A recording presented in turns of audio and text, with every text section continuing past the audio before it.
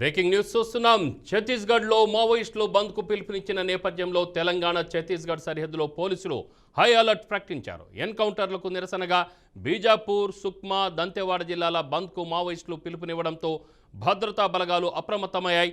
భద్రాద్రి కొత్తగూడెం జిల్లా చెర్ల, పూసుగుబ్బ, మారైగూడెం అటవీ ప్రాంతంలో తనిఖీలు చేపట్టాయి. బంద్లో మావోయిస్టులు విధ్వంసాలు సృష్టించే అవకాశం ఉన్నట్లు అందిన సమాచారంతో ప్రతి వాహనాన్ని క్షుణ్ణంగా తనిఖీలు చేస్తున్నారు. అనుమానాస్పద వ్యక్తులను ప్రశ్నిస్తున్నారు.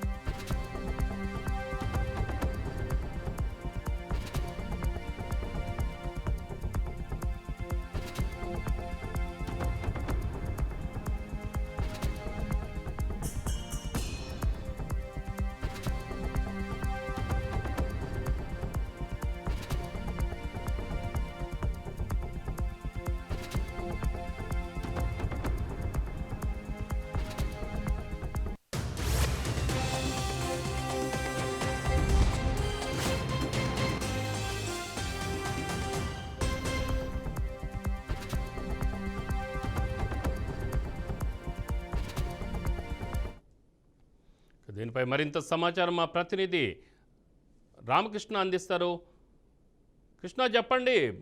కొత్తగూడెం, ఈ చెర్ల, పూసుగుబ్బ, మారాయిగూడెం అంటే భద్రాచలం సమీపంలో ఉన్న మారాయిగూడెం మరి అంటే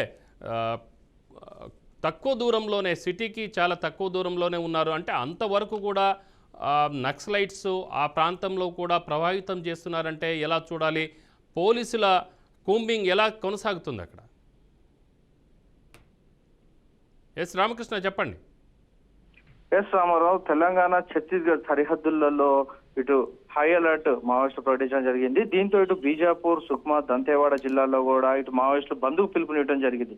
అయితే భద్రతా బలగాలు కూడా ఇటు సిఆర్పిఎఫ్, డిఆర్జీ, అంతేకాకుండా ఛత్తీస్గఢ్ సరిహద్దు ప్రాంతాల్లోనే తెలంగాణ, ఆంధ్ర పోలీసు బలగాలు కూడా మొత్తం అలర్ట్ అయిన పరిస్థితి అయితే నెలకొన్నది. మావోయిస్టులు విధ్వంసాలు సృష్టించే అవకాశం ఉన్నట్లు కూడా తెలుస్తుంది. అయితే ప్రతి వాహనాన్ని కూడా క్షుణ్ణంగా తనిఖీలు చేస్తున్నారు భద్రతా దళాలు. అయితే చూసుకోవచ్చు, గత నెల రోజుల నుంచి కూడా ఇటు దట్టమైన అటవీ ప్రాంతాల్లో యుద్ధ మేఘాలు కూడా కమ్ముకుంటున్నాయి. అంటే ఇటు ఛత్తీస్గఢ్ సరిహద్దు ప్రాంతాల్లో కాంకేర్, బీజాపూర్, ఇటు తెలంగాణ సరిహద్దు ప్రాంతము చెర్ల, వెంకటాపురం, వాజేడు, ఈ ప్రాంతాల్లో తెలంగాణ సరిహద్దు ప్రాంతాల్లో కుంట, ఈ ప్రాంతాలలో కూడా పెద్ద ఎత్తున బెటాలియన్లు కూడా సంచరిస్తున్న పరిస్థితి నెలకొన్నది. అంటే మావోయిస్టుల వేట కోసమే, మావోయిస్టులని అంచివేత కోసం కూడా పెద్ద ఎత్తున బలగాలు కూడా ఇటు డ్రోన్ కెమెరాలతో కాకుండా అంతే డాగ్ స్క్వాడ్లతో కూడా దట్టమైన అటవీ ప్రాంతం మొత్తం జల్లెడ పడుతున్న పరిస్థితి నెలకొన్నది. దీంతో తరచుగా మావోయిస్టులు ఎదురుపడటంతో కూడా పెద్ద ఎత్తున ఎన్కౌంటర్లు కూడా అనేక మంది మావోలను కూడా మట్టుబెట్టిన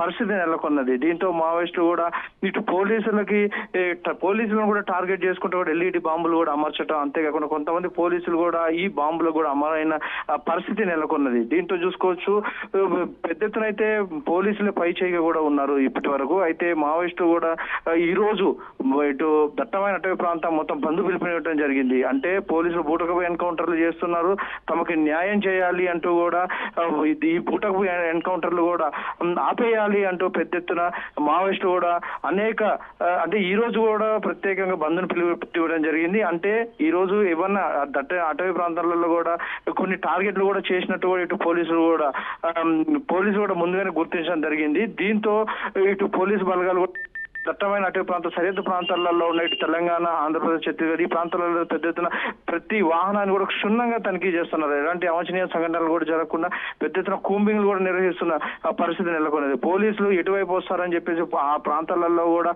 పోలీసులను టార్గెట్ చేసి బాంబులు కూడా అమర్స్తున్న పరిస్థితి అయితే నెలకొన్నది. పోలీసులు కూడా ధీటుగా కూడా వాటిని నిర్వీర్యం చేసి కూడా మావోయిస్టుల వేట కోసం కూడా పెద్ద దండ కార్యాలయంలో కూడా మావోయిస్టుల వేట కోసం తిరుగుతున్న పరిస్థితి నెలకొన్నది. చూసుకోవచ్చు, ఈ రోజు బంధు పిలుపునివ్వడంతో కూడా ఇరు రాష్ట్రాల పోలీసులు కూడా అప్రమత్తం అవడం జరిగింది. ఎలాంటి అవాంఛనీయ సంఘటన జరగకుండా మావోయిస్టులను టార్గెట్ చేస్తూ కూడా ఇటు కూంబింగ్ కూడా నిర్వహిస్తున్న పరిస్థితి నెలకొన్నది. రామారావు. రామకృష్ణ, ఇప్పుడు రైట్ రామకృష్ణ, థ్యాంక్ యూ.